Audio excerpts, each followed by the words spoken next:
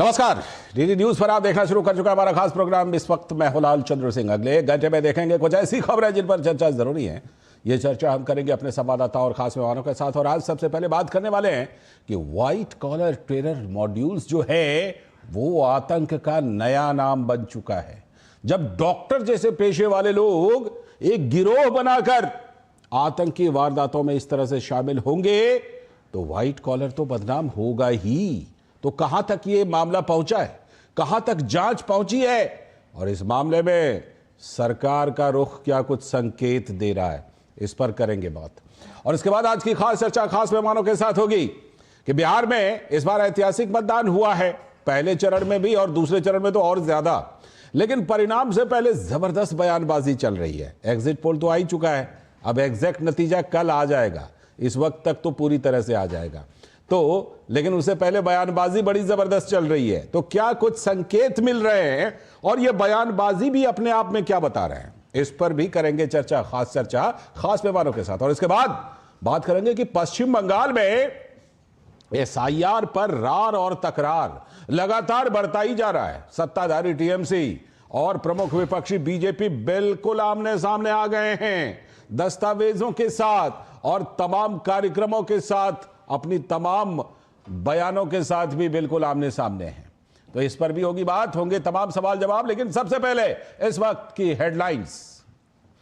Delhi car blast में जांच team ने बरामद की चौथी कार। अल फलाह यूनिवर्सिटी से मिली कार आरोपी डॉक्टर शाहीन के नाम पर है रजिस्टर्ड। एनएसी ने अल फलाह विश्वविद्यालय को गलत मान्यता प्रदर्शित करने पर दिया कारण बताओ नोटिस। तो वहीं धमाके वाली कार में डॉक्टर उमर के भी होने की हो गई पुष्टि। कानपुर से भी जुड़ रहे हैं दिल्ली ब्लास्ट के तार। कानपुर के हृदय रोग संस्थान के कार्डियोलॉजिस्ट को साथ ले गई एटीएस। लंबे समय से शाहीन और उसके भाई के संपर्क में था अनंतनाग का रहने वाला डॉक्टर आरिफ। बिहार में कल आएगा विधानसभा चुनाव का नतीजा। सभी जिलों में होने वाली मतगणना के लिए सुरक्षा के पुख्ता इंतजाम। राजनीतिक दलों ने भी कसी अपनी कमर।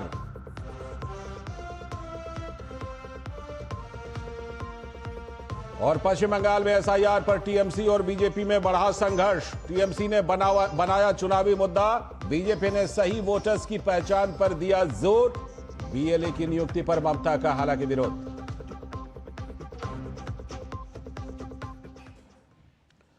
तो ये थे इस वक्त की हेडलाइंस। अब देखते हैं खबरों को विस्तार से। और सबसे पहले बात करते हैं कि किस तरह से जो व्हाइट कॉलर टेरर मॉड्यूल है वो आतंक का नया नाम बन गया है। और डॉक्टर्स की ये जो डॉक्टर्स का गिरोह था, इसने क्या कुछ करामात किए हैं और किस तरह से चीजें सामने आ रही हैं। जम्मू कश्मीर पुलिस के स्टेट इन्वेस्टिगेशन एजेंसी श्रीनगर के नौगांव इलाके में जैश ए मोहम्मद के छपे पोस्टर की पड़ताल कर रही है। एक पोस्टर ने दिल्ली धमाके के तार को देश में फैले व्हाइट कॉलर टेरर मॉड्यूल से जोड़ दिया था। एक पोस्टर को लेकर शुरू हुई कार्रवाई में जब इंटरस्टेट टेररिस्ट मॉड्यूल पर छापेमारी शुरू हुई तो इसने पहली बार व्हाइट कॉलर टेरर इकोसिस्टम के एक नए टर्मिनोलॉजी को स्थापित किया। एक नहीं बल्कि अब तक 13 डॉक्टरों की इसमें निशानदेही हो चुकी है। कश्मीर के अनंतनाग, शोपियां से लेकर फरीदाबाद, लखनऊ तक इसके तार जुड़े हुए थे। एक बड़ी साजिश जो आतंकवाद के इतिहास में रेडिकलाइजेशन के सभी मानकों को तोड़ सकता था। दिल्ली धमाके की जांच के साथ कई चौंकाने वाले खुलासे भी सामने आ रहे हैं।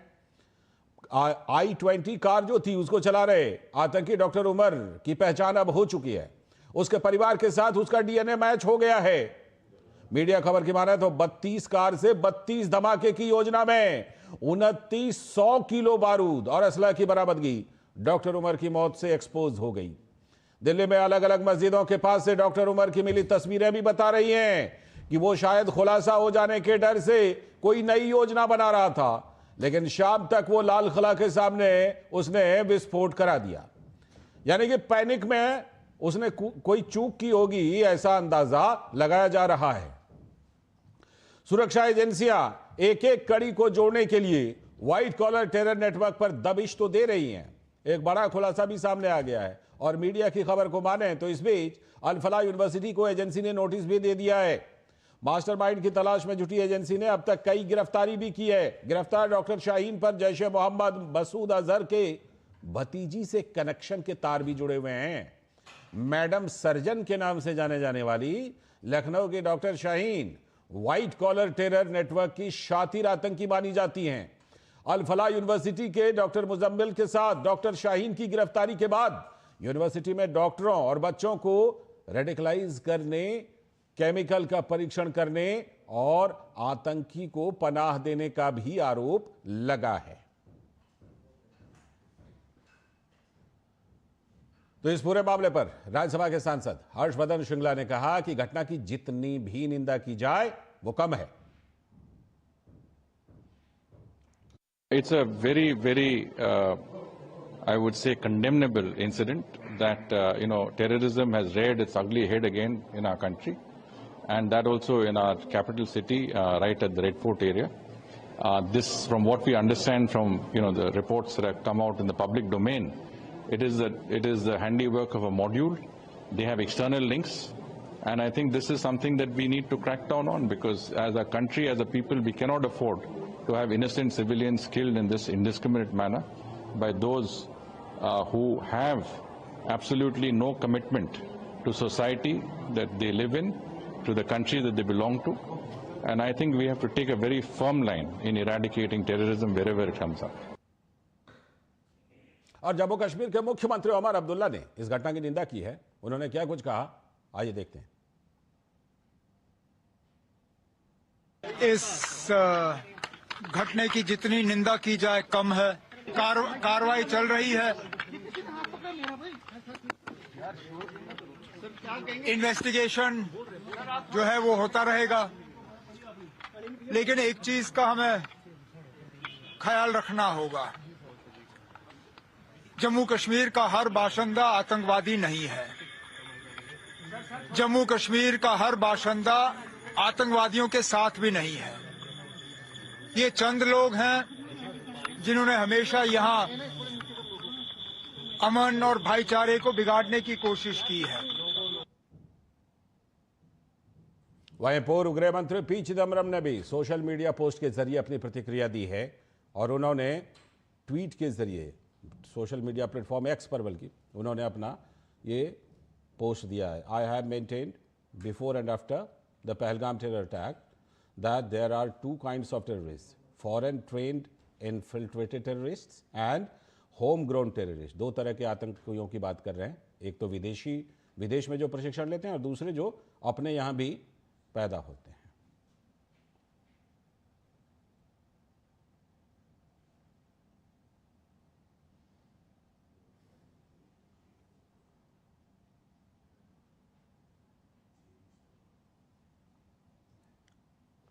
So I said so in Parliament during the debate on Operation Sindoor. I was mocked and trolled for the reference to homegrown terrorists। तो पी चिदम्बरम जो पूर्व गृह मंत्री हैं वो सोशल मीडिया पोस्ट के जरिए उन्होंने अपनी प्रतिक्रिया दी है। इस पर बात करेंगे एक छोटे से ब्रेक के बाद।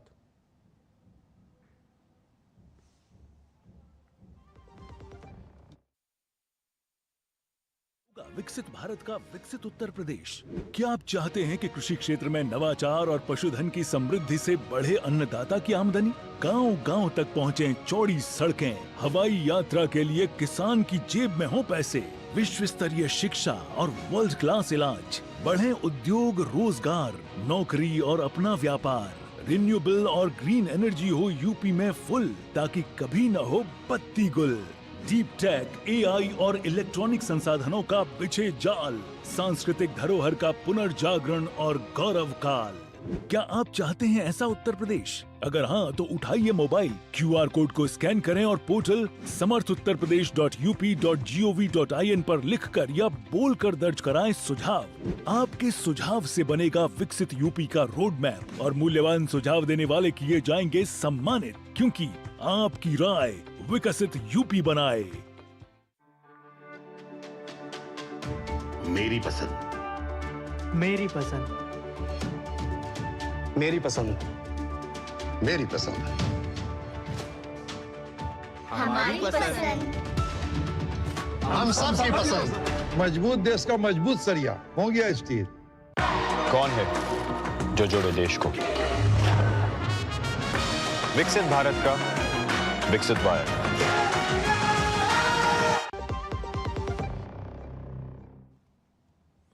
स्वागत है ब्रेक के बाद। जैसा कि हमने आपको बताया था कि ये जो व्हाइट कॉलर टेरर का नया मॉड्यूल है, इसमें क्या कुछ खुलासे हो रहे हैं, कहां तक अभी तक जांच पहुंची है, क्या कुछ संकेत मिल रहे हैं और आगे इस पर जो कार्रवाई होनी है उसमें क्या कुछ हो सकता है, इन सभी मुद्दों पर बात करने के लिए हमारे सलाहकार संपादक विनोद मिश्र जी हमारे साथ जुड़े हुए हैं यहीं पर स्टूडियो में। विनोद जी से बात करते हैं और साथ में मुकेश शुक्ला भी हमारे साथ जुड़ गए हैं, हमारे संवाददाता।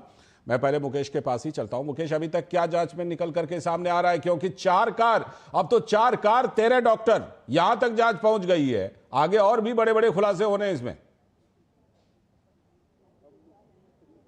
हाँ बिल्कुल, आज देखिए जिस तरह से यूपी एटीएस ने भी छापेमारी करी है और एक और डॉक्टर की गिरफ्तारी वहां से हुई, और जो चौथी कार ब्रीजा जिसकी तस्वीर अभी हमने जारी करी है, वो भी कहीं ना कहीं शाहीन शाहिदा के नाम से वो गाड़ी रजिस्टर्ड थी, और इस गाड़ी की क्या इन्वॉल्वमेंट थी ये भी इसी कैंपस के प्रेमाइसेस में पकड़ी गई है। लालचंद जी यानी ये जो अल्फला यूनिवर्सिटी है, इसको NAAC ने भी शोकॉज नोटिस जारी किया है कि आपकी जो तमाम वैधता थी वो समाप्त हो गई थी, उसके बाद भी आप यूनिवर्सिटी को गैर कानूनी ढंग से चला रहे थे, क्या आप पे कानूनी कार्रवाई नहीं करनी चाहिए, यानी उनसे इस पर जवाब भी मांगा है। तो अल्फला यूनिवर्सिटी जो है वो पूरा का पूरा केंद्र बिंदु बन गया है इस पूरे टेरर मॉड्यूल का, और यहाँ से जो पूरे चाहे मुजम्मिल है, शाहीन शाहिदा है, चाहे उमर की बात करे जाए तो उमर का भी पूरा कनेक्शन है, उनके रूम की भी तलाशी ली गई है जिस कमरे में वो रहते थे। एक डायरी वहां से बरामद हुई है NIA को, और उस डायरी में जिक्र है कि 8 से 12 तारीख यानी 12 नवंबर तक क्या कुछ करना था, और कुछ उसमें कॉन्टैक्ट नंबर बताया जा रहा है, 20 से 25 लोगों के उसमें कॉन्टैक्ट नंबर हैं, और उनके रूम से जो भी इलेक्ट्रॉनिक डिवाइस मिले हैं सबको उठा करके उनकी जांच की जा रही है। और उससे कुछ देर पहले ही यहाँ पर NIA की टीम और दिल्ली पुलिस की टीम आई थी, और उन्होंने एक बार फिर पूरे स्ट्रेच पर जो है वो सर्च ऑपरेशन चलाया, बगल के मंदिर में ऑपरेशन चलाया, और उन्होंने सर्च ऑपरेशन में ये ढूंढने की कोशिश करी कि क्या यहाँ पर उमर जो मस्जिद में गया, पार्किंग में रुका, और इस एरिया के आसपास कई घंटे तक उसकी तस्वीरें जो हैं वो कैप्चर की गई हैं CCTV में। क्रॉट प्लेस में उसकी गाड़ी कैप्चर की जाती है, क्या कोई ऐसे एक्सप्लोसिव वो यहाँ छोड़ करके तो नहीं चला गया इस पार्किंग में या इस मंदिर एरिया के या इस पूरे स्ट्रेच के आसपास, कि उसका इस्तेमाल इसके दूसरे सहयोगी आगे की किसी वारदात में कर पाए। और ये मेरे पीछे जो हम सुबह से CCTV में दिखा रहे हैं, इसी रेड लाइट के पास ये ब्लास्ट होता है और उमर उसमें अपने आप को खत्म ले लेता है। DNA में इस बात की पुष्टि भी हो गई है। एक बॉडी पार्ट यहाँ पर सुबह सुबह न्यू लाजपत राय मार्केट में मिला है, और उसकी जो शर्ट है और उमर की जो शर्ट है वो आमतौर पर जो है वो कमोबेश मैच हो रही है, लेकिन FSL इस पे खुलासा करेगी कि क्या ये उमर का ही पार्ट था जो उसने एक्सप्लोसिव में उड़ाया। तो जांच का दायरा बढ़ रहा है। व्हाइट कॉलर जो मॉड्यूल है वो भी इसमें सामने आ रहा है, और एक और जो गिरफ्तारी UP ATS ने करी है उसका भी नाम आ रहा है, वो भी डॉक्टर है बताया गया, और किस तरह से वो इस हॉस्पिटल में आता है और यहाँ पर वो अपने आप को रजिस्टर कराता है, और आगे के जो डॉक्टर मॉड्यूल्स हैं उन पर भी जो है शिकंजा कसता जा रहा है। बिल्कुल, ये शिकंजा कसता जा रहा है। लेकिन विनोद जी, ये अल्फला यूनिवर्सिटी जरा देखिए, इस यूनिवर्सिटी में कहा जा रहा है कि करीब करीब 250 लोग भर्ती किए गए थे वहां से, करीब करीब 40%। और बात ये नहीं कि आप कहां से भर्ती करते हैं, बात है कि आपने ऐसे ऐसे लोगों की भर्ती की जिनको वहां पर टेररिज्म में सहयोग देने के आरोप में जम्मू कश्मीर की सरकार ने निकाल दिया है, निकाल बाहर किया। ऐसे ऐसे लोगों को आप यहां पर जो है भर्ती कर लेते हैं। ये अल्फला यूनिवर्सिटी की जिम्मेदारी तय होनी चाहिए, क्योंकि अब तो ये आ रहे हैं सामने, उनका जो हेड है वो फरार है, और अल्फला यूनिवर्सिटी का जो कागज है वो भी गलत पाया जा रहा है। विनोद जी, निखिल जी, अभी लाल जी, अभी हम लोग जो बात कर रहे थे, जो अभी बता रहे थे कि 4 कार की बरामदगी हो गई है, इस खबर को अगर इस तरह से देखें तो 30 कार 30 धमाके की योजना थी, 32 कही जा रही है। 30 कार 30 धमाके की योजना में आप ये देखिए कि एक नौगांव से एक छपा हुआ एक पोस्टर दिल्ली बम धमाके के तार जब जुड़ता है, और जम्मू कश्मीर पुलिस ने जब इस तार को जोड़ते हुए जब इसको एक white collar terror network, terror ecosystem का नाम देता है, तब ये जाके पूरे देश को किस तरह से एक तरह से भौचक्का कर देता है। ये व्हाइट कॉलर टेरर नेटवर्क जब आप देखते हैं, ये टेरर इकोसिस्टम देखते हैं, तब इकोसिस्टम के तार जुड़ते जुड़ते जब अल्फला यूनिवर्सिटी तक पहुंचती है, और किस तरह से वो एक सेंटर बनता है, वहां के 5 रेजिडेंट डॉक्टर प्रोफेसर इससे जुड़े होते हैं, उनकी गिरफ्तारी होती है। तो आप कहते हैं कि ये देश में जो रेडिकलाइजेशन का जो ये एक चेहरा देखा है, वो चेहरा कितना अलग है। ये चेहरा आप देखिए कि 26/11 के धमाके में जब कसाब को आपने देखा और उसके बाद जब उसकी बात हुई तो कहा कि एक गरीब परिवार का बच्चा, एक गरीब के सोसाइटी में रहने वाला आसानी से रेडिकलाइज्ड हुआ और बॉम्बर बन गया था। और आज अगर ये रेडिकलाइजेशन का देखिए कि एक डॉक्टर, पढ़े लिखे संपन्न परिवार के, भारत सरकार के, हमारे टैक्स पेयर के इतने पैसे से उसको पढ़ाया गया है, करोड़ों रुपए उस पर खर्च हुए हैं, उसे जिसे काम देश के भलाई के लिए करना था, लोगों के इलाज करने के लिए करना था, वो डॉक्टर टेरर नेटवर्क बन जाते हैं। तो ये रेडिकलाइजेशन का जब आप ये देखते हैं और उसके पीछे जब आपने अभी पी चिदम्बरम का पूर्व के गृह मंत्री हैं और उनके जैसे नेता कैसे इसको कवर फायर देते हैं, और अभी उमर अब्दुल्ला का आप सुना और उन्होंने कहा कि इसमें कोई इनोसेंट लोगों की जांच में इसमें दिक्कत नहीं होनी चाहिए। सवाल यह है कि हर जांच के बाद गृह मंत्री, पूर्व गृह मंत्री रहे अगर ये चिदम्बरम साहब, ऐसे कांग्रेस के दर्जनों नेता के जो बयान आ रहे हैं उस बयानों को पढ़िए और सीधे सीधे एक कवर फायर देने वाले नेता को पहचानिए। क्या रेडिकलाइजेशन और इस तरह के जब अल-फलाह यूनिवर्सिटी के इस तरह के सेंटर बनते हैं और उसके बाद जब इस धमाके इस तरह के सामने में आते हैं तो क्या ये भारत के लोगों के साथ में, भारत के समाज के साथ में क्या ये दोषी कम है? ये रेडिकलाइजेशन का जो ये चरम आप देखते हैं कि डॉक्टर सहीना जो एक मशहूर डॉक्टर के रूप में थी और वो देखते देखते जैसे मोहम्मद के वुमेन्स विंग के ये बन जाती हैं और उसके बाद वो लोगों को, महिलाओं को, लड़कियों को इस विंग में जोड़ने का काम करती है, वो अचानक टेररिस्ट नेटवर्क का एक बड़ा जाल बुनती है। क्या ये विश्वास कर पाएगा जिस डॉक्टर से आप दिखवाने जा रहे हैं वो डॉक्टर कभी टेरर नेटवर्क का हिस्सा है? इतना बड़ा चीज है। अभी अल-फलाह पे जो शुरू हुआ है, कैसे ये चीज आपको बताएंगे, हमारा रिपोर्टर वहां पे खड़ा है, वो चीज आपको डिटेल से बताएंगे उन सब चीजों का कि कैसे एक टेरर नेटवर्क में एक अल-फलाह यूनिवर्सिटी बनता है। एक वहां का जो संस्थापक हैं, चांसलर बने हैं जावेद साहब, वो कैसे मध्य प्रदेश में रुपये को दोगुना करने के अपराध में कब भागे और तिहाड़ जेल से वो अल-फलाह यूनिवर्सिटी का दूरी तय करते हैं। तो क्या ये कांग्रेस के राज में अगर ऐसा संभव हुआ था तो इन सब चीजों का जवाब देने के बजाय अगर चिदम्बरम साहब और इन सब सारे नेता जो अभी एक कवर फायर देने के लिए सामने में आए हैं तो उनको भी सोचना पड़ेगा कि देश को किस मुहाने पे ले जा रहे हैं। बिल्कुल, ये कहां पर ले जा रहे हैं और इनकी भी जिम्मेदारी बनती है कवर फायर देने वालों की भी। मुकेश, जिस तरह से कि ये बात, मुकेश शुक्ला अभी हमारे साथ नहीं है, दूसरे संवाददाता हमारे साथ जुड़ रहे हैं, उनसे हम जुड़ेंगे। लेकिन जिस तरह से कि हम बात कर रहे थे कि जो आतंक का जो ये व्हाइट कॉलर टेरर मॉड्यूल है उसमें एक से बढ़कर एक नाम का खुलासा हो रहा है और एक से बढ़कर एक नाम जो आ रहे हैं वो ये एक तस्वीर बना रहे हैं कि कितना बड़ा खतरा था, कितनी बड़ी साजिश थी। और निश्चित तौर पर सुरक्षा एजेंसियों को इसका क्रेडिट मिलना चाहिए। 32 कार 32 धमाके की योजना थी और पैनिक में वो किसी तरह से एक अनप्लान्ड अटैक कर पाए।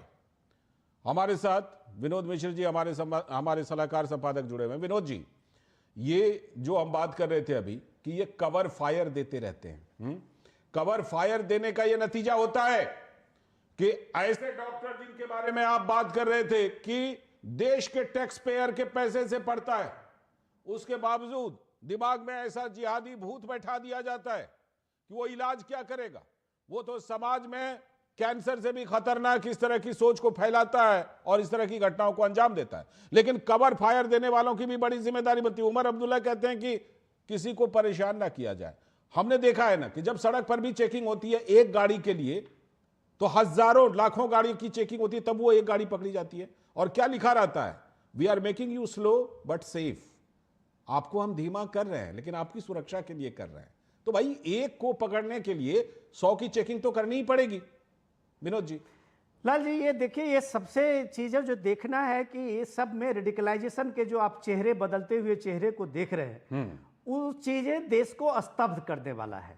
अभी हमने जब देखा है ऑपरेशन सिंदूर में पाकिस्तान से आए हुए पहलगाम के आतंकी ने किस तरह से एक बर्बर हमला किया था पहलगाम में और अपने निर्दोष लोगों को धर्म पूछ के मारा था, तो वो आप कह सकते हैं ये पाकिस्तान का रेडिकलाइजेशन का एक एपेक्स था।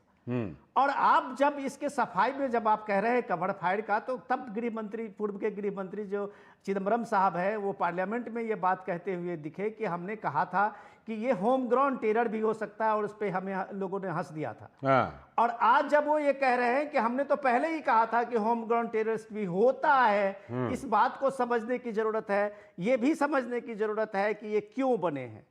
तो ये बेईमानी है। ये बेईमानी मैं इसलिए कह रहा हूं कि वो पूर्व के गृह मंत्री रहे हैं, जो कश्मीर की हालत थी उस हालत में क्या उन्होंने देखा है, ये भी उन्होंने देखा है।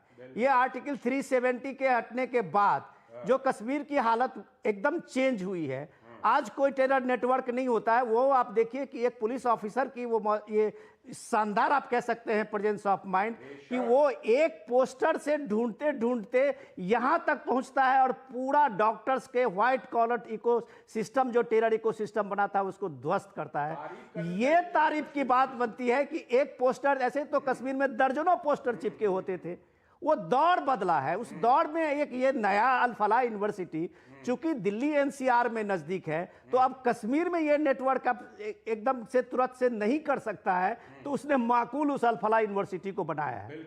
और वो अल फलाह यूनिवर्सिटी में आप ये देखिए कि सारे डॉक्टर, चाहे यूपी की जो कनेक्शन है उसका, डॉक्टर शाहीन से लेके परवेज से लेके ताहिर से लेके, ये सारे डॉक्टर्स कैसे वो अल फलाह यूनिवर्सिटी को एक सेंटर बनाते हैं, रेडिकलाइज सेंटर बनाते हैं।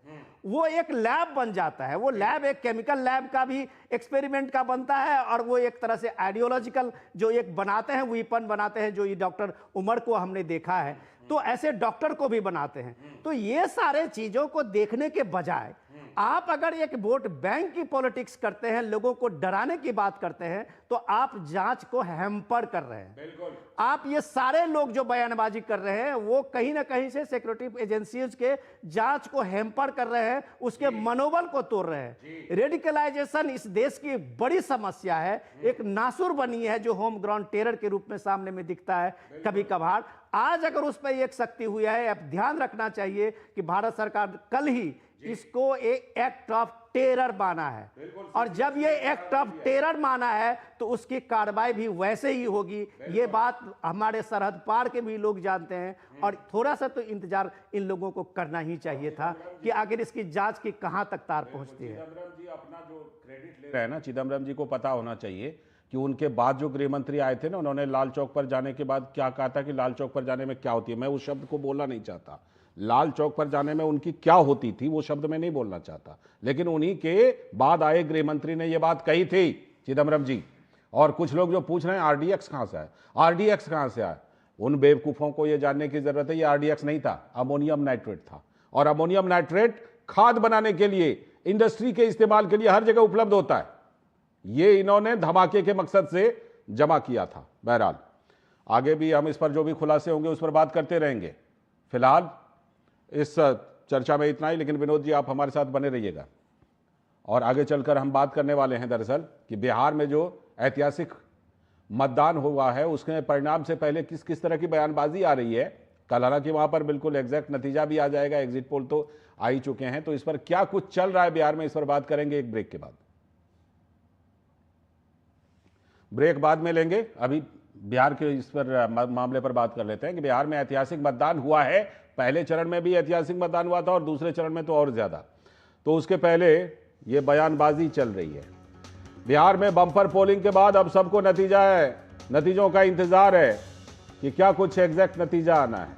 कल सुबह से 8 बजे से वहां पर वोटों की गिनती शुरू हो जाएगी, लेकिन देखना यह कि मतदाता किसकी झोली को भर रहे हैं, किसको सत्ता मिलती है और कौन सत्ता से दूर चला जाता है। बिहार में दूसरे फेज के मतदान के बाद नेताओं के बयान सुर्खियां बटोर रहे हैं। वहीं गाए बगाए सोशल मीडिया पर अफवाह भी फैलाकर लोगों को गुमराह करने की कोशिश की जा रही है, लेकिन चुनाव आयोग की सतर्कता जनता को पूरी तरह से आश्वस्त कर रही है। मतदाताओं ने बिहार में अब तक के सारे रिकॉर्ड तोड़ दिए और दोनों चरणों को मिलाकर 66.91 करीब 67 कह दीजिए 67% मतदान हो गया। सभी दल अब अपने अपने लिए गुंजाइश ढूंढ रहे हैं कि नहीं ये तो हमारे फेवर में है। एग्जिट पोल के आकलन की व्याख्या भी सभी दल अपनी अपनी सुविधा से कर रहे हैं। एसआईआर के बाद बिहार में हुए इस पहले मतदान ने कुछ राजनीतिक दलों के आशंकाओं पर भी पानी फेरा है, जो उनके आरोप हुआ करते थे। स्वच्छ वोटर लिस्ट शुद्धिकरण के कारण भी सही मतदाता का सटीक आंकड़ा लोगों के सामने आ गया है, लेकिन लोगों की बड़ी भागीदारी को सत्ता पक्ष एनडीए भी अपने लिए एक और मौका मान रहा है, तो वहीं विपक्ष इसको सरकार के खिलाफ लहर बता रहा है। लेकिन अब तक के हुए तमाम जो एग्जिट पोल हुए हैं, ज्यादातर एग्जिट पोल, लगभग सभी एग्जिट पोल नीतीश सरकार की वापसी का संकेत दे रहे हैं। लेकिन कुछ एग्जिट पोल ऐसे हैं जो आरजेडी के लिए भी संभावना बना रहे हैं। लगभग सभी एग्जिट पोल ने एनडीए की पूर्ण बहुमत वाली सरकार बनाने का दावा किया है, लेकिन मिरर एजेंसी एक एजेंसी है जिसने महागठबंधन की सरकार बनने का दावा किया है। तो एग्जिट पोल पर इस बहस को कल चुनाव परिणाम तो विराम लगा ही देगा, इस वक्त तक तो विराम लग ही जाएगा। 2025 में महिला मतदाताओं ने बम्पर वोटिंग करके एक बड़ा रिकॉर्ड लेकिन बनाया है। भागीदारी के मामले में पुरुष मतदाताओं को महिलाओं ने काफी पीछे छोड़ दिया है। नारी शक्ति क्या बिहार चुनाव में गेम चेंजर बन रही है? क्या बिहार चुनाव में सत्ता की सीढ़ी चढ़ने में महिला वोटर की भूमिका अहम होने वाली है? कल सब कुछ पता चल जाएगा।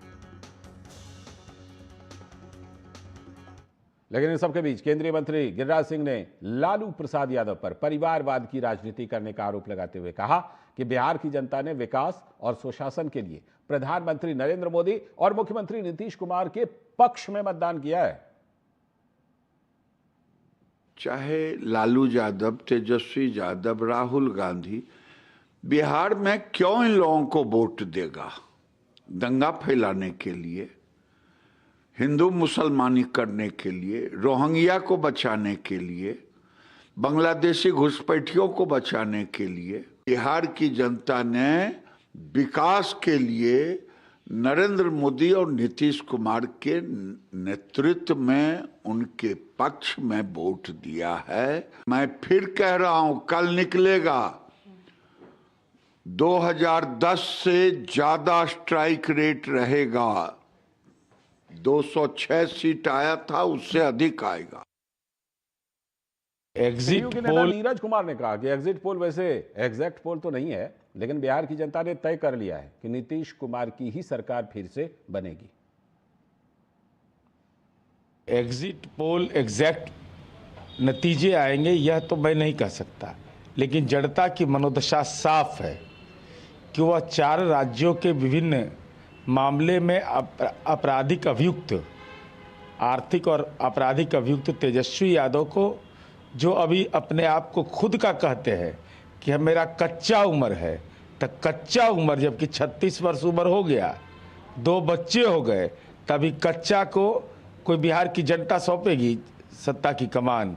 अरे बिहार की जनता ने तय कर लिया है, अगर कोई मानक है राजनीति में वह नीतीश कुमार जी हैं, तो नीतीश कुमार जी और एनडीए के नेतृत्व में शानदार जीत हासिल करेंगे। तो नीरज कुमार कह रहे थे कि आरजेडी को और तेजस्वी यादव को जनता सत्ता नहीं सौंपेगी, लेकिन आरजेडी नेता मृत्युंजय तिवारी ने कहा कि सारे षड्यंत्र का पर्दाफाश हो जाएगा, सारे लोग इस बार सजग हैं। सारे षड्यंत्र का पर्दाफाश होकर रहेगा। कोई तंत्र काम नहीं करेगा, जनतंत्र जीतेगा। जनता ही मालिक है, जनता जनार्दन है जनतंत्र लोकतंत्र में। और जो तंत्र के माध्यम से चाह रहे हैं सत्ता पर कब्जा करना, उनके मंसूबे पर जनता पानी फेर देगी। एक एक लोग सजग है और पहरेदारी कर रहे हैं। आज की रात भारी है और आज ही विदाई है। बाकी दल जो हैं उनको लगता है कि कुछ कांटे का हो तो कुछ फायदा हो। तो कांग्रेस के सांसद तारिक अनवर ने कहा कि ये लड़ाई तो कांटे की है इस बार। मैं तो शुरू से कह रहा था कि लड़ाई कांटे की है, और जो एग्जिट पोल पहले आए थे वो सही नहीं थे, जल्दबाजी भी किया गया था या उसका कोई और मोटिव रहा होगा। लेकिन सच्चाई यही है, हकीकत यही है कि जो बहुत लड़ाई बहुत क्लोज है, और आने वाले समय में और जब रिजल्ट आएंगे तो उसका अंदाजा लगाया जा सकता है। बिहार में सब लोग अपनी अपने हिसाब से प्रतिक्रिया दे भी रहे हैं, देना भी चाहिए, इसमें कुछ गलत नहीं है। बस खाली एक ही चीज है कि कल जो एग्जैक्ट नतीजा आएगा उसको सबको लोकतंत्र में सलाम करना चाहिए, क्योंकि लोकतंत्र है तो सब कुछ है। लेकिन क्या कुछ दावे किए जा रहे हैं, क्या कुछ इस वक्त तक कल नतीजा आ जाएगा तो क्या कुछ होगा, क्या कुछ संभावनाएं, इसी पर खास चर्चा करने के लिए डॉक्टर कौशल कांत मिश्रा जी भारतीय जनता पार्टी के प्रवक्ता हमारे साथ जुड़ेंगे आगे चलकर, और अरुण कुमार यादव जी आरजेडी के प्रवक्ता जुड़ेंगे। लेकिन फिलहाल हमारे साथ हमारे सलाहकार संपादक विनोद मिश्र जी जुड़े हुए हैं, उनसे जरा इस चर्चा को आगे बढ़ाते हैं। विनोद जी, जिस तरह से कि बिल्कुल जिसे कहते हैं सांसें थमी हुई है, बहुत ही इंटरेस्टिंग, और इंटरेस्टिंग थोड़ा इसलिए भी बन गया है क्योंकि बड़ा बम्पर मतदान हुआ दोनों चरणों में, पहले चरण से भी ज्यादा दूसरे चरण में। लालजी, बम्पर मतदान ने ही सबको चौंकाया है। हाँ, बिहार में जो चुनाव का अभी तक का जो पैटर्न है, अगर उस पैटर्न में आप देखिए कि आज़ादी के बाद सबसे ज़्यादा बम्पर वोटिंग है, तो ये सबके लिए कुछ कहने के लिए अपने अपने नैरेटिव है। इस नैरेटिव में आरजेडी क्यों ना माने कि ये सत्ता के खिलाफ एक लहर है, इस नैरेटिव में क्यों ना नीतीश कुमार की सरकार वहाँ माने कि हमारी वापसी हो रही है, इस लहर में जो ये अपना पीके हैं प्रशांत किशोर, वो क्यों ना माने कि बिहार जो है बदलाव उनको एक तरह से रिकॉग्नाइज किया है। तो सबके अपने अपने तर्क हैं, और सबके तर्क के साथ साथ ये बात तो है कि जनता आखिर सोच क्या रही है। बयानबाजी तो काफ़ी चल रही है, आपने खूब सारे नेताओं का बयान दिखाया है, लेकिन सब ना कुछ अपने बारे में जरूर जान रहे हैं इसलिए कि अगर आप देखिए कि कांग्रेस पार्टी के बड़े नेता शकील अहमद खान, तो वो अगर मतदान के आखिरी फेज के शाम में होते होते रिजाइन कर रहे हैं, तो क्या मैसेज दे रहे हैं? ये बात तो समझनी चाहिए कि अगर वो सरकार आने वाली है महागठबंधन की, तो रिजाइन क्यों करते भाई? तो रिजाइन कर रहे हैं। लेकिन हम अगर प्लस माइनस जो भी देखें, तो बिहार में जो भी एक साइंटिफिक डेटा होता है एग्जिट पोल का, अगर सारे एग्जिट पोल को अगर हम देखें, अगर वो एक तरह से एनडीए की बढ़त को देख रहा है, तो जाहिर सी बात है कि जनता के मन में, चाहे वो सैंपल 1 लाख का हो या 50,000 का हो या 25,000 का हो, कुछ तो जनता के मन में है जिस बात को ये सारे एग्जिट पोल में रेखांकित किया गया है। रही बात कि मेहनत के हिसाब से देखें, तो सारे पार्टियों ने कमोबेश अपने अपने तरीके से जबरदस्त जनसंपर्क किया है, और जनादेश लेने के लिए हर पार्टी ने अपने अपने तरीके से पूरी कोशिशें भी की है। लेकिन सवाल ये है, जो बात आपने कही है कि जब एग्जिट पोल को तो छोड़िए, एग्जैक्ट पोल के नतीजों को जब आप सम्मान करते हैं, उसको रिस्पेक्ट करते हैं, तो ये लोकतंत्र के प्रति आदर होता है। लेकिन जो कांग्रेस के नेता जिस तरह से भूमिका बना रहे हैं वोट चोरी का, और अभी से इस बात को सोशल मीडिया पे ये बात कहना शुरू किया है, तो शायद वो जान रहे हैं कि कल का रिजल्ट क्या होने वाला है, उससे पहले वो अपने लिए एक अलग भूमिका बना रहे हैं। बिल्कुल, ये अलग भूमिका बना रहे हैं, और जाहिर सी बात है कहीं ना कहीं ये ग्राउंड तैयार कर रहे हैं। और बिल्कुल, लेकिन जिस तरह का ये नतीजा आ सकता है, विनोद जी हमारे साथ देखिए अरुण कुमार यादव जी जुड़ गए हैं आरजेडी की तरफ से। स्वागत अरुण जी, बहुत बहुत स्वागत इस चर्चा में आपका। अरुण जी, ये बताइए कि कल को लेकर के क्या उम्मीद है? और ये बात तो बिल्कुल सही है कि चाहे नतीजा किसी भी तरफ जाए, बिहार की जनता ने तो बम्पर वोटिंग की है। अरुण जी, इस बार बिल्कुल बिहार की जनता ने पढ़ाई लिखाई, दवाई, कमाई, सिंचाई, सुनवाई और कार्रवाई वाली सरकार के पक्ष में वोटिंग किया है। महागठबंधन की सरकार बनाने के लिए वोटिंग किया है। जनमुखी सरकार तेजस्वी यादव जी के नेतृत्व में बनाने के लिए बम्पर वोटिंग किया है। हर जाति, धर्म, वर्ग के लोगों ने बढ़ चढ़ कर वोटिंग किया है। स्पष्ट है जनादेश महागठबंधन के पक्ष में आएगा और हमारी सरकार बनना सुनिश्चित है। लेकिन वो एग्जिट पोल ने तो ज्यादातर उन्हीं के पक्ष में दिया है अरुण जी। हाँ, तो इतिहास तो देखिए, तो किसके पक्ष में देंगे? बड़े साहब का ड्राफ्ट गया होगा, चला दिया, पेट का भी सवाल है ना। तो कल तो क्लियर हो जाएगा। 15 में भी आपने देखा होगा कि 15 में लड्डू मिठाई बांट रहे थे भारतीय जनता पार्टी, फटाका छोड़ रहे थे 11 बजे तक। अबीर गुलाल से मुंह लाल हो गया था भाजपाई का। सही घटना का जिक्र कर रहे हैं। साढ़े 11 बजे 12 बजे के बाद सब मुंह धो के लड्डू घर में चपोत के बिल्कुल हो गया। आपने सही घटना का जिक्र किया, एक सही घटना का जिक्र मैं भी कर देता हूँ। एक सही घटना का जिक्र मैं भी कर देता हूँ। आपके सहयोगी हरियाणा में जलेबी छान चुके थे। आपके सहयोगी हरियाणा में जलेबी छान चुके थे, और इन्हीं एग्जिट पोल ने उनको आगे दिखाया था। अरुण जी, उस समय कितने बड़े साहब का लेटर गया था एग्जिट पोल वालों को, जरा बताइए। लाल जी ये बिहार है, बिहार उड़ती हुई अच्छा। चिड़िया को हल्दी लगाती है, लोकतंत्र की जननी है। बिहार प्रदेश को अन्य प्रदेश से तुलना ना करें। अच्छा ठीक बिहार है, में तो ये आपको सूट 2000 नहीं करेगा, बस समझ गया, हाँ, ये आपको सूट नहीं करेगा तुलना। नहीं, सूट नहीं, मैं बता रहा हूँ 2020 में तो हमारे पक्ष में ही आया था एग्जिट पोल। हाँ, बिल्कुल। आपने तो दिखाया सबों ने। तो सरकार हमारी कहाँ बनी, उलट हो गई। लोकसभा में भी साहब का 400 पार, 400 पार। तो आप क्या कह रहे हैं? दो बाबुओं के सहारे आप क्या कह रहे हैं? चला रहे नरेंद्र मोदी जी। आप कहना क्या चाह रहे हैं कि एग्जिट पोल भले उनके फेवर में आया हो, सरकार हमारे पक्ष में बनेगी, ये कहना चाह रहे हैं, या आप ये कहना चाह रहे हैं कि एग्जिट पोल को मैनिपुलेट किया गया है? नहीं, मैं उन पर कहीं किसी तरह का, वो उनका काम है, लेकिन हम लोगों को जो ग्राउंड लेवल पर फीडबैक मिला है, हम लोग तो जनता के बीच रहने वाले लोग हैं। सबसे बिहार के अंदर मास पार्टी अगर कोई है, राष्ट्रीय जनता दल, इसे तो कोई इग्नोर नहीं कर सकता है। हर के वर्कर मिले, इसलिए जो हमें फीडबैक मिला है, अरे कितना इसका सैंपल साइज होगा एग्जिट पोल वाले का, कितना? ये तो छोटा ही होता है, ज्यादा सैंपल साइज भाई होगा क्या? पूरी दुनिया में जो ये अगर मान लीजिए सर्वे होता है तो उसका तो सैंपल साइज छोटा ही ना होगा। नहीं, ठीक है, जो भी हो उस पे हमें नहीं जाना है, लेकिन हम लोग निश्चिंत हैं, चूंकि 2020 में भी जनादेश बिहार की जनता ने तेजस्वी यादव जी को दी थी। और आपने देखा शासनादेश के बल पर किस तरीके से 2 बजे के बाद तो पूरा मीडिया भी दिखा ही रहा था। ये आपका आरोप है ना? पूरा चले सरकार जाते बन रही थी। आरोप है ना, 5 साल उन्होंने चला तो लिया, आप कहीं कोर्ट वोट भी नहीं गए उसको लेकर के। आप कोर्ट गए ही, आप सुनिए तो, सुन तो लीजिए, उसके बाद आप अपना जो भी बात रखना होगा रखिएगा। 2 बजे आप तो बात रखने के लिए जुड़ गए, वो बीजेपी के प्रवक्ता, बीजेपी के प्रवक्ता आ गए, देंगे जवाब। नहीं, तो इसके पहले आप उनका भूमिका निभा रहे थे इसलिए क्योंकि वो थे नहीं ना, वो थे नहीं। जब आप नहीं रहते हैं ना, जब आप नहीं रहते हैं तो आपकी तरफ से मैं बीजेपी के प्रवक्ता को सवाल पूछता हूं, कभी देख लीजिएगा हमारे प्रोग्राम को, ठीक है? क्योंकि ये हमारी भूमिका है ना जी। मैं अपनी नहीं, हम आपकी भूमिका पे कहीं कोई सवाल, थोड़ा सा मैं बताना चाहूंगा, अपनी बात को समाप्त कर दूंगा, तब बीजेपी के साथी के पास जाइएगा।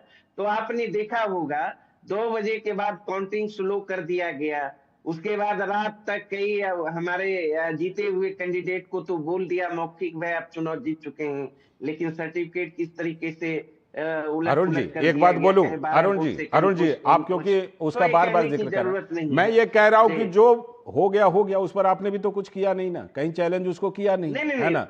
तो अब छोड़िए ना उसको, कल के बारे में बात कीजिए ना, कल क्या होना है? कौन सी मिठाई का ऑर्डर दिया है वो बताइए ना, कौन सी मिठाई का ऑर्डर दिया, लड्डू दिया है या कोई और मिठाई? हम देखिए हम भाजपाई वाले लोग नहीं है, गणेश जी को दूध पिलाने वाले। अच्छा ठीक है। कौशलकांत मिश्रा जी ये बताइए, बीजेपी ने मिठाई वगैरह का कुछ ऑर्डर दिया है? और लेकिन हम मिठाई का भी हाल देख चुके हैं 2015 में बिहार में, और हरियाणा में जलेबी का हाल तो देखा है पिछले साल। लालचंद जी, बिहार की जनता जीत रही है और जनता के लिए मिठाई मंगाना तो सभी पॉलिटिकल पार्टियों का धर्म है, उन्हें मंगाना चाहिए जो भी जीते। अब ये मेरे दोस्त कह रहे थे कि एग्जिट पोल पे भरोसा नहीं करते, मैं मान लेता हूँ एग्जिट पोल सही नहीं होते हैं, इसमें कोई मतलब पक्का तौर पे सही नहीं होते हैं, पर फिर भी मैं एक चीज की एश्योरेंस चाहूंगा, एक चीज का इनसे प्रॉमिस चाहूंगा कि कल के रिजल्ट के बाद ये ना कहें कि SIR की वजह से हारे, इलेक्शन कमीशन की वजह से हारे, EVM की वजह से हारे, धोखाधड़ी की वजह से हारे। ये नोट करवा के रखवा लीजिए, क्योंकि कल के बाद शुरुआत में ही इनको बोला, शुरुआत में ही कहा ये कुछ, मैं यही चाहता हूं के भी पक्ष में आए लोकतंत्र को सब लोग सलाम कीजिएगा। बिल्कुल बस यही एश्योरेंस आज के डिबेट में ले लीजिए इनसे, RJD से, कांग्रेस से, जो भी इंडी गठबंधन के अलायंस है उनसे ले लीजिए कि आप जीत रहे हैं, मेरी अग्रिम बधाई है, क्योंकि मेरा बिहार जीत रहा है। मैं तो ये मानता हूं कि मेरा बिहार जीत रहा है, जो भी जीत रहा हो जीत चुका है वो मेरा बिहार।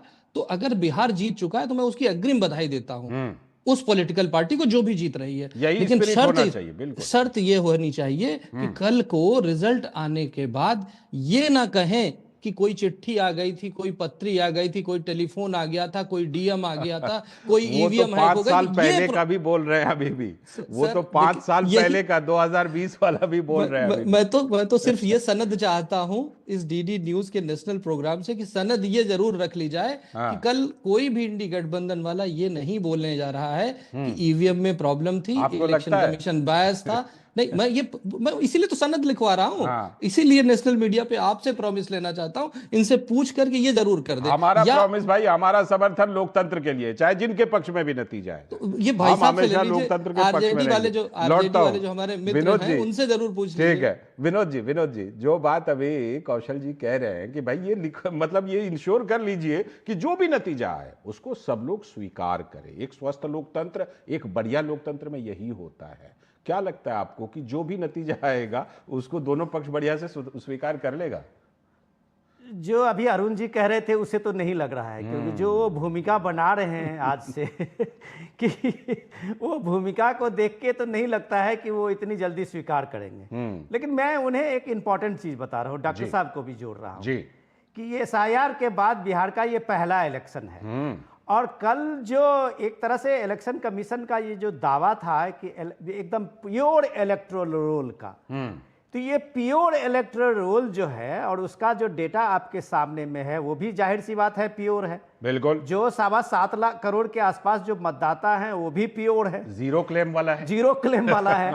तो ये जो 60 लाख 65 लाख वोट कटे हैं, जो बार बार महागठबंधन की तरफ से सुप्रीम कोर्ट में हलफनामा दिया जाता था, तो ये जो कटे हैं वो किसके वोट कटे हैं?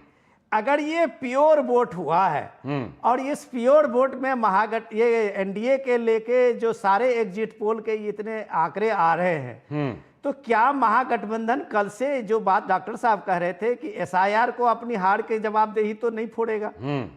वो ये बात तो कहना शुरू नहीं करेगा कि भाई हमारे सारे लोग जो हैं इसलिए कट गए थे, इसलिए हमारा ये हुआ। क्योंकि मैं आपको एक डेटा देता हूं कि बिहार में जो मत प्रतिशत का जब आप देखेंगे वोटर्स में, तो 5,000 के नीचे वाले काफी लोग होते हैं।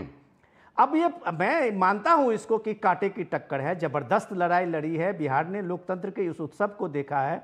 लेकिन जब जहां जहां टक्कर होगी, जहां 1000, 2000, 5000 इसके मतों से हार जीत का फैसला होगा, तो वहां मैं दावे के साथ कहता हूं कि वहां एसआईआर आएगा। उसके सर पर फोड़ा जाएगा, उसके सर पे एसआईआर आएगा। ये अरुण जी इसका खुलासा होना चाहिए। डरा रहे हैं आप कि ये प्योर इलेक्टोरल रोल जो है, अरुण जी को डरा रहे हैं आप? नहीं, मैं डरा नहीं रहा हूं। अरुण जी जो भूमिका बना रहे थे यही बात मैं कहा कि ये एसआईआर आपको एक प्योर जीत और प्योर हार की बात भी करेगा। तो अरुण जी आप बताइए आपकी छोटी सी प्रतिक्रिया। देखिए लाल जी, अब सच को सच कहना ये भूमिका ये लोग समझते हैं तो खैर इनकी अपनी सोच है। अब देखिए सवाल उठाना, आप सासाराम में देखिए आधी रात को किस तरीके से मतदान सेंटर पर, काउंटिंग सेंटर के अंदर गाड़ियों को घुसा दिया गया। सर माफ कीजिएगा, अब भी वहां के एसडीएम ने अपना ये इसका वक्तव्य दिया है कि ये फेक न्यूज है। आप प्लीज आप नेशनल मीडिया पे दूरदर्शन पे हैं, बहुत सारे फेक मत फैलाइए। बहुत सारे फेक न्यूज चलते हैं। मैं कहीं तो आपको मैं दिखा दूं अरुण जी फैक्चुअली और अच्छे न्यूज नहीं, बिल्कुल रियल पर फैक्ट पर। सुनिए मेरी बात सुनिए। का वो ट्रक है जो ट्रक में आपके सारे कार्यकर्ता वहाँ हैं, आपके सारे पोलिंग एजेंट, बहुत सारी ऐसी खबरें फैलाई जाएंगी अरुण जी। उसकी निष्पक्षता को डाउट में लाते हैं। आप सुन लीजिए ना, शंका तो उत्पन्न आप जो बोल रहे हैं वो तो डीएम का हमने भी बयान सुना है, ठीक, कि गाड़ियों को पहले पहुंचना था, किन्हीं कारण ये गाड़ी लेट विलंब से पहुंचा। एक खाली बक्सा वाला ट्रैक है, ये एवं प्रकार से इस तरह का उनका सफाई है। लेकिन लोगों में और क्या जरूरी था, ये तो आपकी जवाबदेही है। या फिर आ रहा हूं कौशल जी, आ रहा हूं। के बाद ठीक है, काउंटिंग के बाद आप ट्रैक को एंट्री कराते, ये कंफ्यूजन वाली। कौशल जी छोटी सी प्रतिक्रिया। कौशल जी क्या अभी से ये दरवाजे खिड़की ढूंढ रहे हैं क्या? ऑफ कर दिया गया, आपने देखा वीवीपैट। कौशल जी दीजिए जवाब। ये सब क्या है? सर आप सर बोलिए अभी ना। सर सर समस्तीपुर में तो सर वीवीपैट बोलिए, अरे बोलिए, मित्र कौशल जी अरे बोलिए। मित्र सुनिए तो प्रशासन मित्र ने। सुनिए तो हाँ, बोलिए। अभी आप तो ये सब इसके सारे जो अरे मित्र सवाल सुन है, तो लो इस पर दोस्त चुप अभी रहे। बोलिए, बोलिए, वो आप सुन रहे हैं। बोलिए। अरे बोलिए। मित्र सुनिए तो आप हाँ। अभी थोड़ी देर पहले कह रहे थे कि आप जीत रहे हैं, हमने आपको उसकी अग्रिम बधाई भी दे दी। हाँ। फिर ईवीएम और फिर ये सब घपले जब आप जीत रहे थे कैसे तब भाई कोई वो समस्या नहीं लोग थी। जीत रहे मतलब का आप हार मतलब रहे क्या हैं, है? मतलब आप हार रहे हैं, लोकतांत्रिक सवाल है, उसको नहीं मत, उठाओ। इसका मतलब आप जीतने का हार क्या रहे हैं, मतलब है? हाँ। जीत हार से क्या इसका मतलब आप है? ठीक हार है। रहे हैं। अरे अनुमान कैसी बात अनुमान इसका की मत- घड़ी तो अब धीरे धीरे अब खत्म जीत होने जा रही हार है। से क्या इसका मतलब अनुमान की घड़ी अब खत्म होने जीत जा रही है। अरे अगले अरे 15 दोस्त कुछ घंटे तो में जवाब नतीजे आ जाएंगे। एक शुक्रिया। तरफ तो फिक्स हो जाओ। 15-20 इसका मतलब घंटे आप हार में गए। नतीजे आ जाएंगे। शुक्रिया आप दोनों का बहुत बहुत। इसका मतलब आपने हार स्वीकार कर ली। फिलहाल बहुत बहुत शुक्रिया अरुण इसका कुमार मतलब यादव आपने हार जी, स्वीकार कौशल कर कांत ली। मिश्रा अरुण जी, जी, बहुत बहुत शुक्रिया और विनोद जी अरुण जी आपका भी इसका मतलब आरजेडी ने हार बहुत स्वीकार बहुत कर ली। शुक्रिया इस चर्चा में जुड़ने के लिए। फिलहाल वक्त है ब्रेक का। ब्रेक के बाद जब लौटेंगे तो बात करेंगे कि पश्चिम बंगाल में एसआईआर पर टीएमसी और बीजेपी बिल्कुल आमने सामने हर तरह से एक दूसरे का मुकाबला कर रहे हैं। फिलहाल वक्त है ब्रेक का। राष्ट्रपति जी के लिए लाइव पर चलते हैं। गोस्वाना में बसे भारतीय समुदाय के सभी सदस्यगण, सभी बच्चे, प्यारे भाइयों बहनों, नमस्कार और डुमेलांग।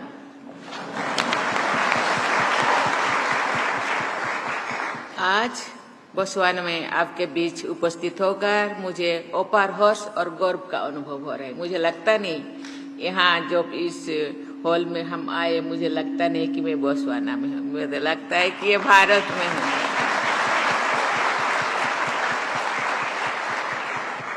आज अफ्रीका के सबसे सशक्त और सम्मानित भारतीय समुदाय से मिलकर मेरे लिए एक बहुत अलग से महसूस हो रहा है।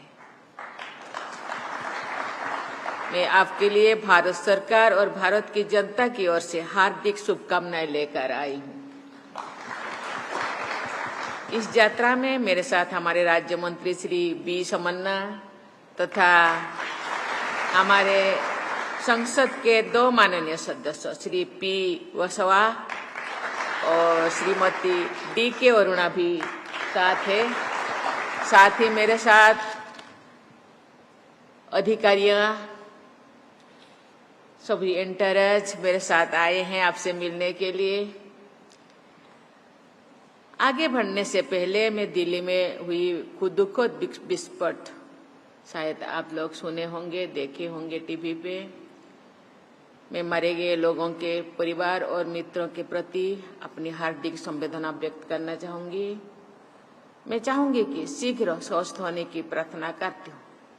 मैं आप सबको अनुरोध करना चाहती हूँ, जो लोग अपने परिवार, अपने देश को छोड़ के गए हैं, उनके लिए हम 1 मिनट के लिए उनके आत्मा के सद्गति के लिए थोड़ा प्रार्थना करें।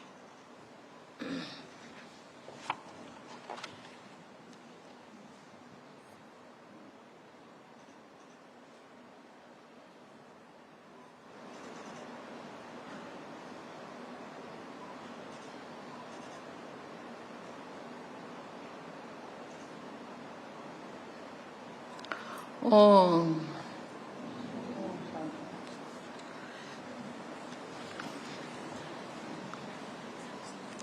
ये यात्रा विशेष महत्व रखती है क्योंकि ये भारत की ओर से बोस्वाना की पहली राष्ट्रपतीय यात्रा है। ये अवसर और भी ऐतिहासिक है क्योंकि वर्ष 2026 में हम दोनों देशों के बीच राजनयिक संबंधों की 60वीं वर्षगांठ मनाने जा रहे हैं।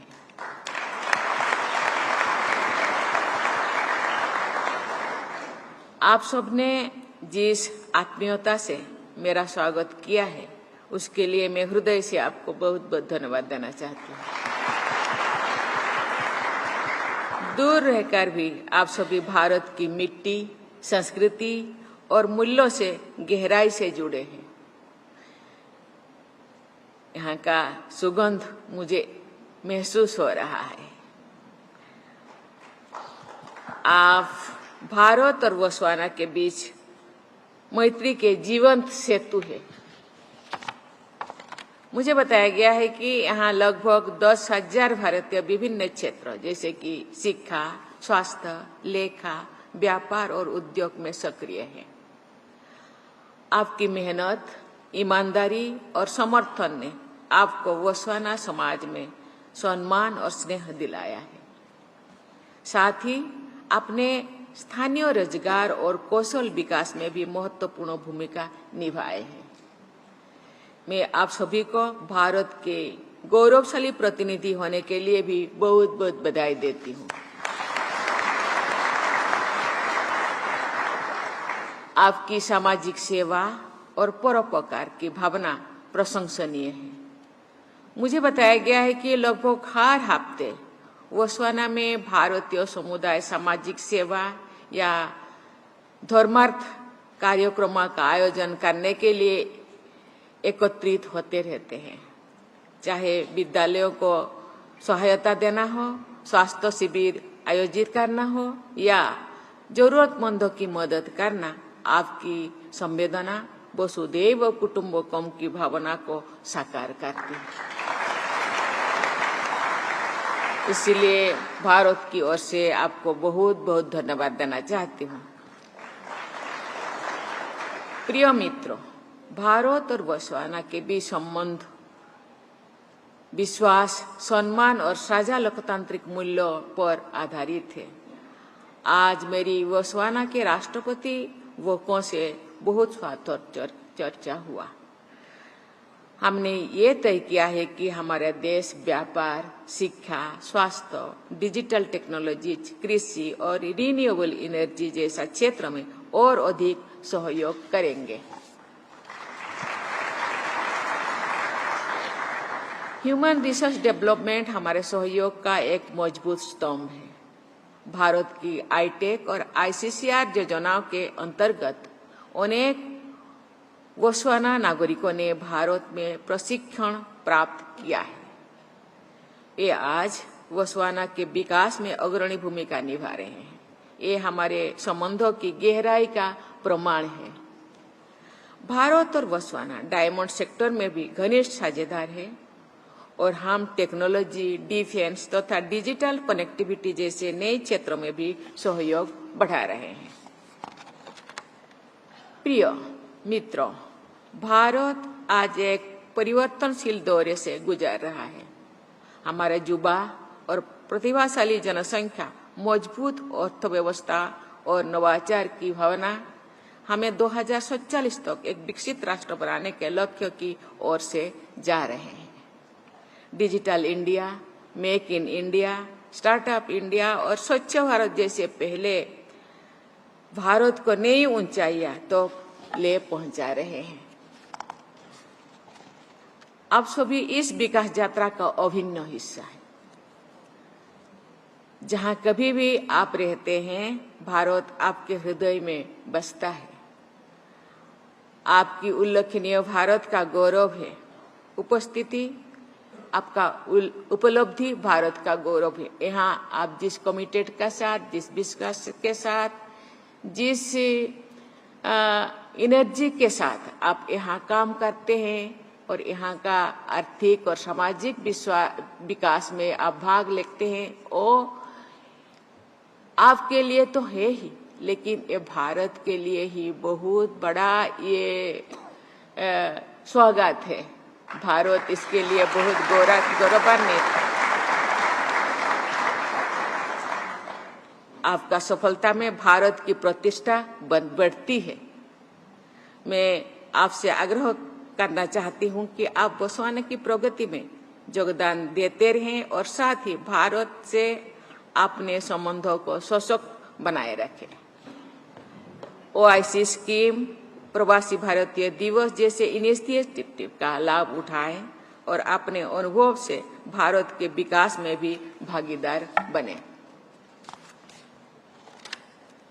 आप जब हम यहाँ लोगों से मिलते हैं, जो और उनसे हम उनके मुंह से हम सुनते हैं भारतीय लोग बहुत कर्मठ है, बहुत कमिटेड है, बहुत सेवा करते हैं, तो हमारे दिल पूरा फूले नहीं समझता है।